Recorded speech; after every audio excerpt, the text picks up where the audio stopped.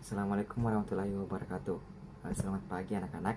Eh, Alhamdulillah kita masih bisa diberi kesempatan untuk berjumpa dalam mata pelajaran bahasa Indonesia. Dan semoga kita sama-sama sehat, masih diberi kesehatan. Baik, sebelum kita mulai pembelajaran pada hari ini, langkah baiknya kita terlebih dahulu berdoa untuk kelasnya. Tolong dipimpin berdoa. Ya.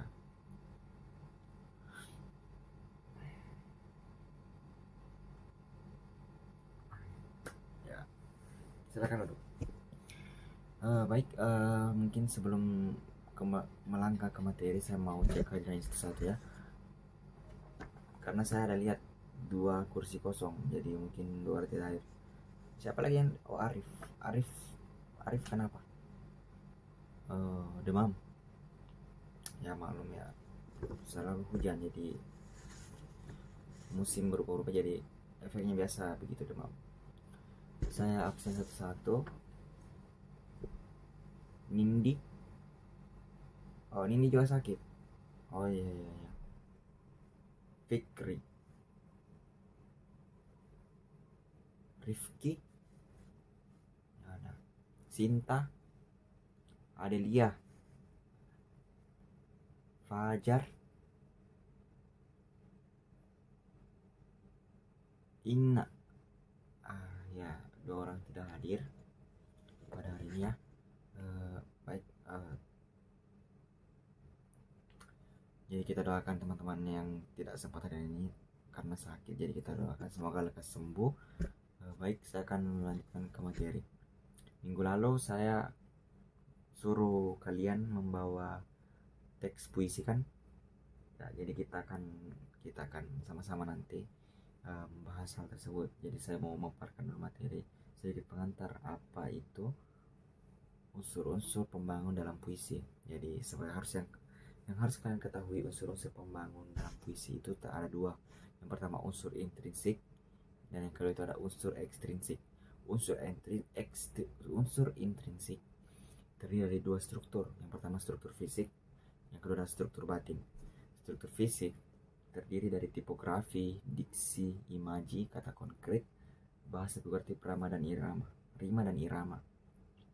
Saya sedikit jelaskan, tipografi merupakan bentuk tulisan atau tatanan dalam puisi, seperti bagaimana baitnya, bagaimana akhirannya, ya itu tipografi, bentuk puisinya, bentuk baitnya. Yang kedua ada diksi. Diksi merupakan pemilihan kata. Jadi dalam puisi kan untuk menjelaskan atau menyampaikan hal yang kita ingin sampaikan dalam puisi, tentunya kita memilih diksi yang tepat dan tentunya yang indah, kata-kata yang indah. Kemudian ada imaji. Imaji merupakan gambaran atau kesan yang ada dalam pikiran kita, membayangkan atau mengingat sesuatu. Yang keempat itu kata konkret. Kata konkret merupakan kata yang memiliki rujukan berupa objek yang dapat diserap oleh panca indera. Kemudian bahasa figuratif. Nah, tadi berkaitan dengan diksi, bahasa figuratif lah. Ya, diksi atau kata yang memilih harus terkandung dalamnya bahasa figuratif.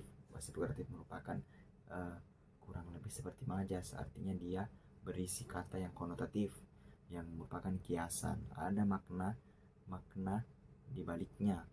Jadi itu dalam struktur fisik puisi harus ada bahasa figuratif. Yang terakhir itu rima dan irama.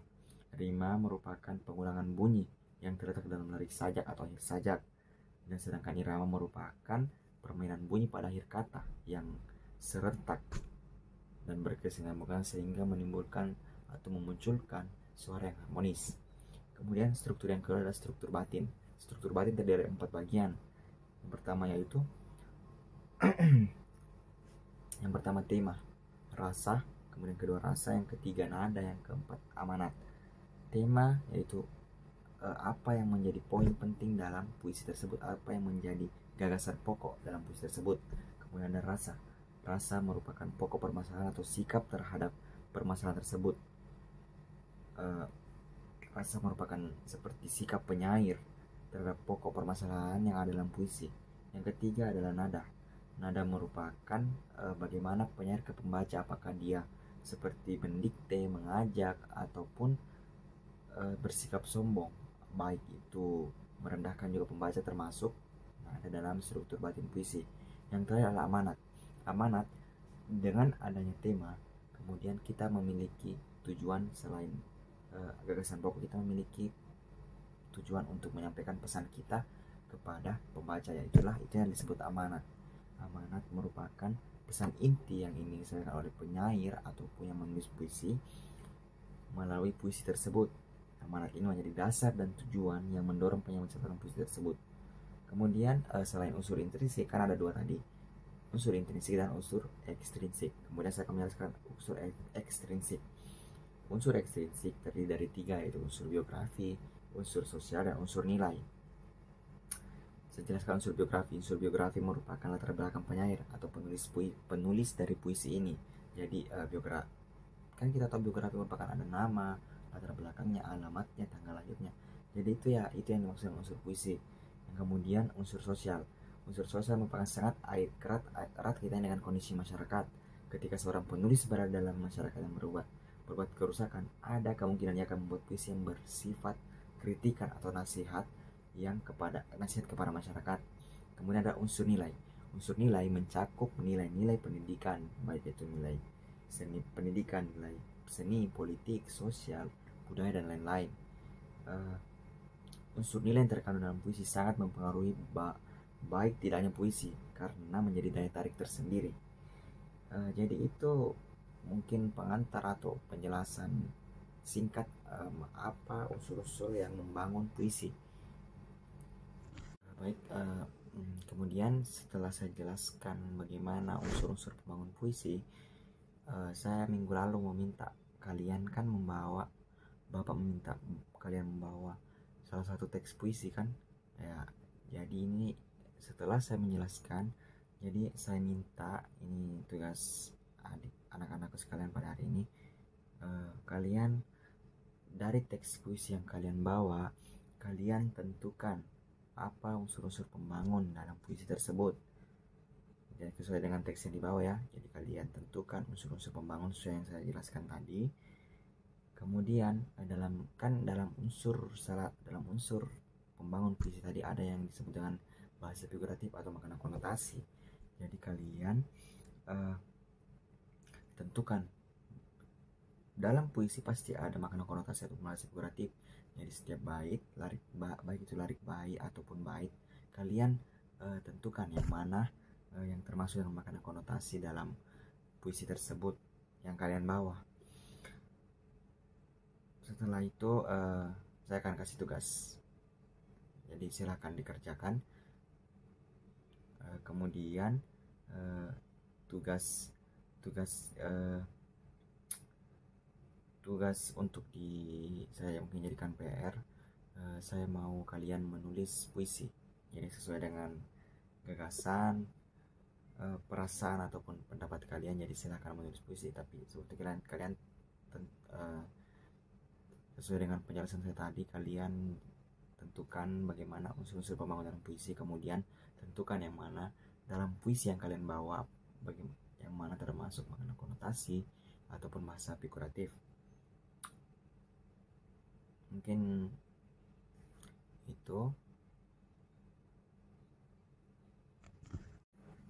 Baik, karena bel istirahat sudah berbunyi dan sepertinya juga anak-anakku sekalian sudah mulai lapar, jadi hari ini kita cukupkan pembelajarannya.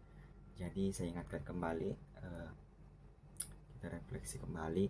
Jadi unsur-unsur pembangun puisi itu ada dua, unsur intrinsik dan unsur ekstrinsik. Dalam unsur intrinsik terbagi dua, yaitu struktur fisik dan struktur batin.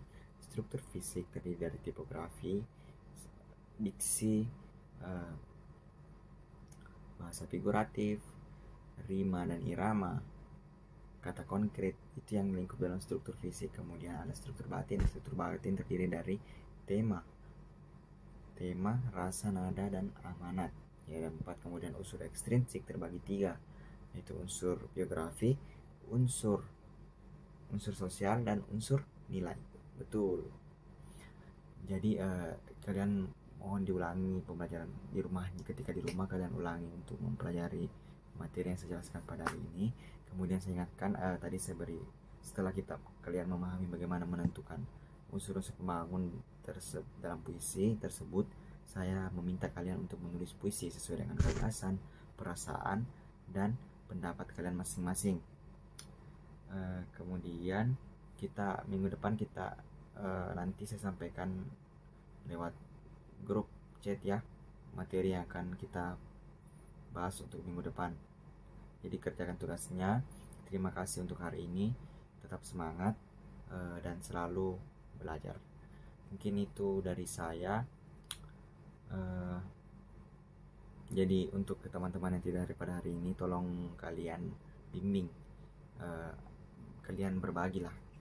Misalnya kalian untuk menjenguk Arif dan Nindi yang sakit, kalian jenguk, ya kalian juga pahamkan di situ bagaimana materi pada hari ini yang mereka yang tidak sempat untuk hadir. Mungkin itu ya. Terima kasih sekali lagi, terima kasih. Ya, saya tutup materi pembelajaran ini dengan ucapan alhamdulillahirabbil alamin. Sekian, assalamualaikum warahmatullahi wabarakatuh.